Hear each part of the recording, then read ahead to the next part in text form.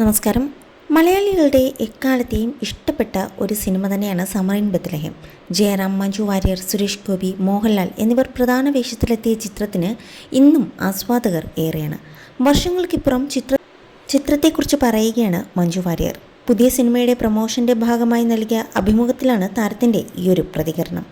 ചിത്രത്തിൽ നായകന് വേണ്ടി പൂച്ചയയക്കുന്ന ഒരു പെൺകുട്ടി അതിലുണ്ട്. അത് ആരെന്ന് വെളിപ്പെടുത്താതെ ഒരു സസ്പെൻസ് അവശേഷിപ്പിച്ചാണ് സിനിമ അവസാനിപ്പിക്കുന്നതും. 4 പേരിൽ ആരാകും എന്ന ചോദ്യത്തിന് ഉത്തരം കണ്ടെത്താനുള്ള അവസരം സംവിധായകനായ സിബി മലയിൽ പ്രേക്ഷകർക്കാണ് നൽകിയത്. എന്നാൽ അത് ആരെന്ന് അതിൽ അഭിനയിച്ച താരങ്ങൾക്ക് പോലും അറിയില്ലെന്ന് പറയുകയായിരുന്നു മഞ്ജു വാര്യർ. പണ്ട് സ്ഥിരം ഈ ചോദ്യം കേൾക്കാറുണ്ടായിരുന്നു. പലരും അത് എന്നോടും ചോദിച്ചിട്ടുണ്ട്.